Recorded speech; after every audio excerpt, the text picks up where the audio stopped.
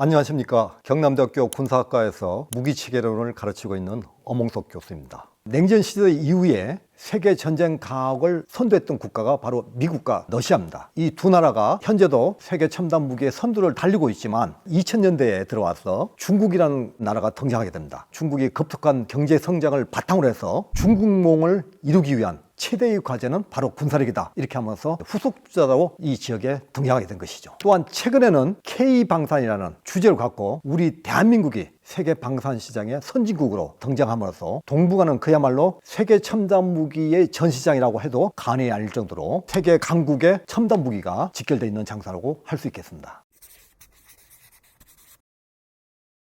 전차는 아마 여러분도 잘 알고 계실 것 같아요. 흔히 지상전의 왕자라고 그러는데 현대의 지상전에 없어서는 안 될 핵심적인 역할을 수행하고 있습니다. 최근에 이제 러시아 우크라이나 전쟁이 있었죠. 여기서 전차의 무용론이 대두되기도 했습니다. 그렇지만 아직까지 전차는 기동력과 방어능력 그리고 강력한 화력을 보유함으로써 지상 전장을 지배하고 있다는 것이 분명합니다. 최근에는 C4I 시스템이 굉장히 많이 발달했습니다. 그래서 이것이 전차 내부에 장착됨으로써 전장 전체를 통제하고 관리하는 이런 개념으로 발전하고 있습니다. 이것이 발전하면 어떤 장점이 있냐면 무인 체계가 같이 통합해서 작전할 수 있는 이런 장점이 될 수 있습니다. 각국의 주력 전차의 면모를 보면 그 나라의 군사 과학 기술과 전쟁 경험, 전장 환경 등이 집결된 그야말로 하나의 전장 작품이라고 할 수 있을 정도로 발달해 있다는 것을 알 수 있겠습니다. 제 판단을 한번 해보니까 그래도 미국의 M1A2 색 전차가 제일 첨단이라고 생각되고 그 뒤를 이어서 우리 대한민국의 K2 전차, 그리고 일본에서 만든 게 있어요. 타입 90이라고 좀 작지만 굉장히 매운 고추로서 위력을 발휘하고 있는 전차가 있고요. 그 다음 러시아의 T90, 그 다음 중국의 타입 99가 있고요. 북한이 지금 폭풍호 전차를 갖고 있는데 이것은 3세대 이하 전차로서 굉장히 약하지 않나, 이렇게 판단이 됩니다. 미국은 M1 전차가 1980년대에 처음 등장했습니다. 근데 미국은 새로운 것을 만든 것이 아니라 M1 전차를 계속 개량을 했어요. 군사과학 기술이 발달하면 그것을 기존 전차에 계속 이렇게 업그레이드 시켜가지고 버전업을 시킨 전차를 만들었다는 것이죠. 이렇게 함으로써 완전 디지털화된 전장 관리 체계와 그 다음 열화 우라늄 장갑이라는 것을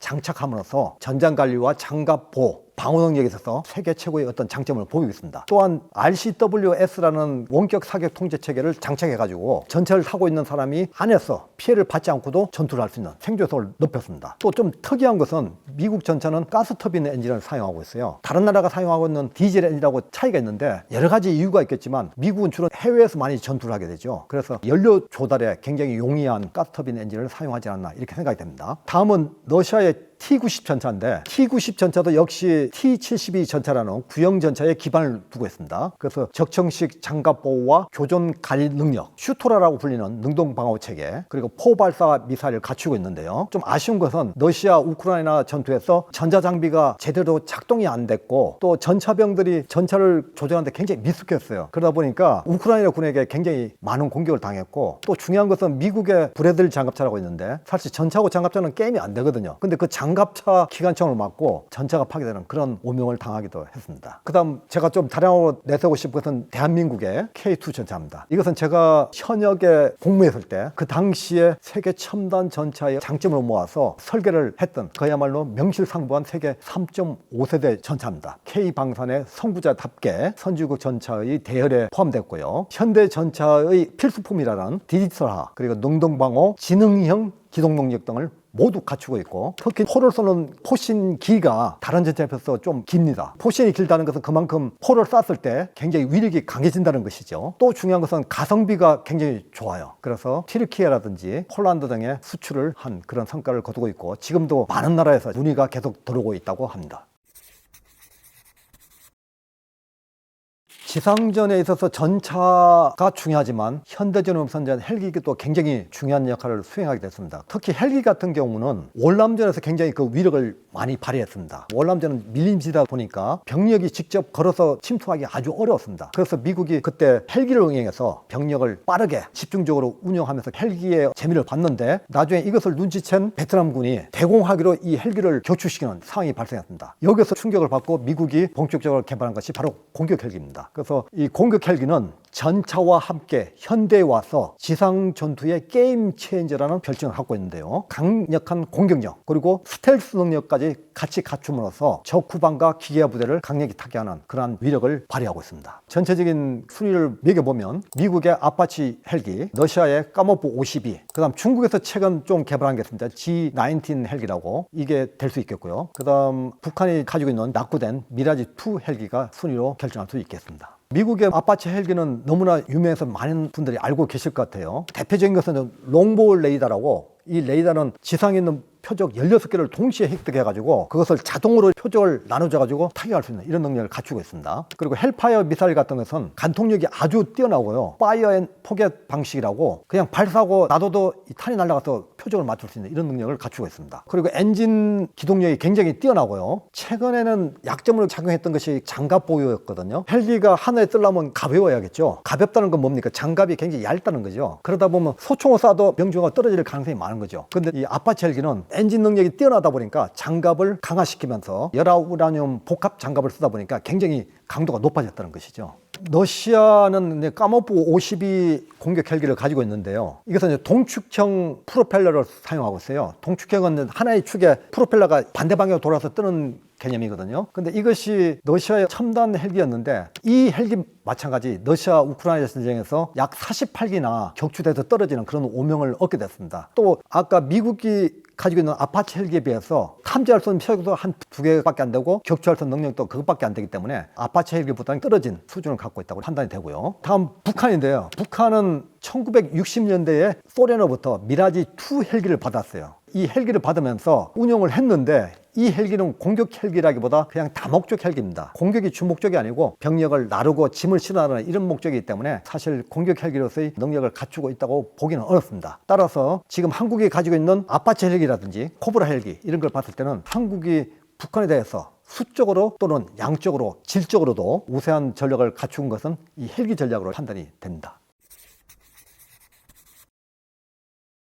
항공모함은 해상의 항공기지라고 일컫는 그런 별칭을 갖고 있는데요. 개념은 1차 대전 중에 발전했지만 본격적인 것은 2차 대전 중에 태평양 전쟁에서 위용을 나타냈다고 볼 수 있습니다. 그래서 일본은 항공모함에 탑재된 비행기를 이용해가지고 하와이 진주만을 기습 타격하면서 초전의 주도권을 잡을 수 있었어요. 그러나 곧 이은 미국과의 미드웨이 해전에서 일본이 가진 대부분의 항공모함을 파괴당함으로써 주도권을 완전히 넘기고 급기야는 패망하는 단계까지 왔죠. 그만큼 이 항공모함은 현대전에서 해전을 좌지우지하는 중요한 전략이라고 볼 수 있습니다. 아무래도 최첨단은 미국의 니미츠급, 최근에는 포드급이 되겠죠. 그 다음 두 번째는 중국의 산둥호, 세 번째는 러시아의 쿠즈네초프급으로 분류를 할 수 있겠습니다. 이 항공모함에는 비행기를 이륙, 착륙시킬 수 있는 갑판과 경납고, 그리고 병원, 미장원, 교회 이런 각종 지원 시설이 다 들어갈 수 있을 정도로 하나의 큰 해상 기지를 형성할 수 있고, 그러다 보니까 굉장히 운용 유지하는데 비용이 많이 들겠죠. 그리고 많은 인원이 필요합니다. 그래서 항공모함다운 항공모함을 보유하고 있는 나라는 여기서 미국과 러시아, 중국 정도라고 볼 수 있고, 다른 나라가 가지고 있는 항공모함도 한 대 내지 2대 정도밖에 없다고 현재 지표가 나와 있습니다. 미국 같은 경우는 당연히 세계에서 가장 많은 항공모함을 갖고 있고 최신의 항공모함을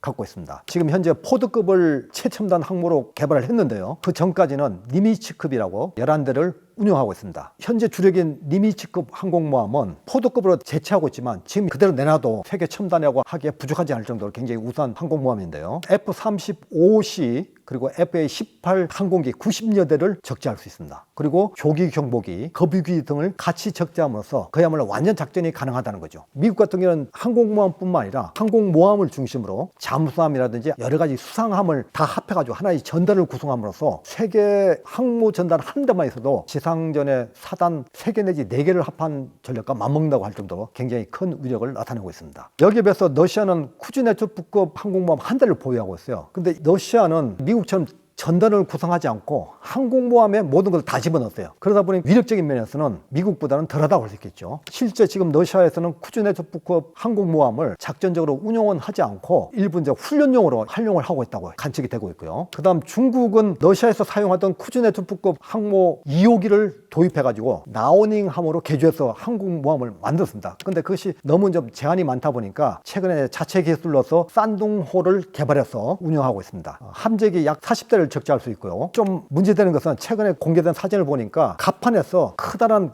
크랙을 확인할 수 있습니다. 이것은 뭐냐면 이 사출기 장치가 없다 보니까 발주시키고 착륙하는데 굉장히 어려움이 많다는 것이죠. 그리고 또 하나는 미국은 핵 추진 항목인데 중국 같은 경우는 재래식 추진 항목이기 때문에 운용상에 굉장히 제한이 많은 것으로 식별이 되고 있습니다. 우리 한국의 경우에는 지금 항공모함이 없습니다. 항공모함이라고 할 수 있는 것이 복도함을 포함한 상륙함인데 상륙작전을 할 때 해병대가 사용해서 병력과 전차를 실어날 수 있는 이러한 상륙함이기 때문에 현재 강대국이 보유하고 있는 항공모함 이거와는 좀 개념적인 차이가 있다고 볼 수 있겠습니다.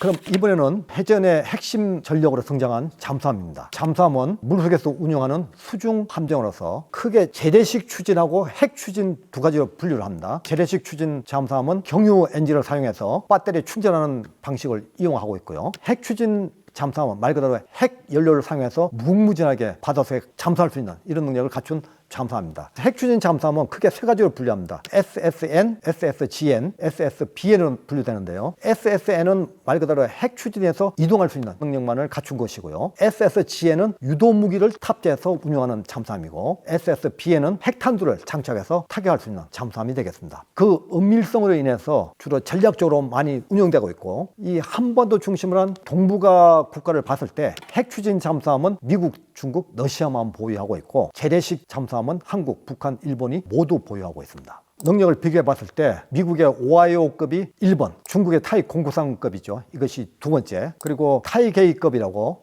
일본이 보유하고 있는 재래식 추진 잠수함이 세 번째고 그 다음 우리나라 장보고급, 그 다음 북한이 가지고 있는 좀 낙후된 6호급이 되겠습니다. 미국은 오하이오급 핵잠수함을 보유하고 있는데 아까 말씀드린 세 가지 종류 중에 SSBN 잠수함입니다. 탄도미사일 24개를 보유하고 있고 이 잠수함의 근본적인 목적은 잠수함과의 전투가 아니고 적국을 핵폭탄으로 타격하기 위해서 운영되는 것이 주 목적입니다. 현존하는 세계 최강의 잠수함이고요. 인류 종말의 무기라고 지시되고 있을 정도로 굉장히 무시무시한 성능을 가지고 있습니다. 러시아의 아쿨라급 잠수함도 SSBN인데 그 크기가 굉장히 거대해가지고 수중의 수장함이라는 별칭을 얻고 있습니다. 일각에서는 지구 절반을 파괴할 만한 위력을 갖고 있다고 평가를 하고 있습니다. 현재 실전 운영은 식별이 안 됐고 단순히 이제 훈련용 목적으로 사용하고 있답니다. 중국의 타입 093이라는 잠수함인데 이것은 SL입니다. 순수한 추진 잠수함이고요. 2002년도에 대규모 리모델링을 통해서 핵 잠수함의 면모를 갖추게 됩니다. 이 잠수함의 특징은 소음이 적은 거고 어뢰 발사관 12개와 YJ-82 대한미사일로 무장하고 있습니다. 다음은 한국, 북한, 일본의 잠수함인데 아까 말씀드린 것처럼 이 세 개 나라는 디젤 추진 잠수함을 갖고 있습니다. 주로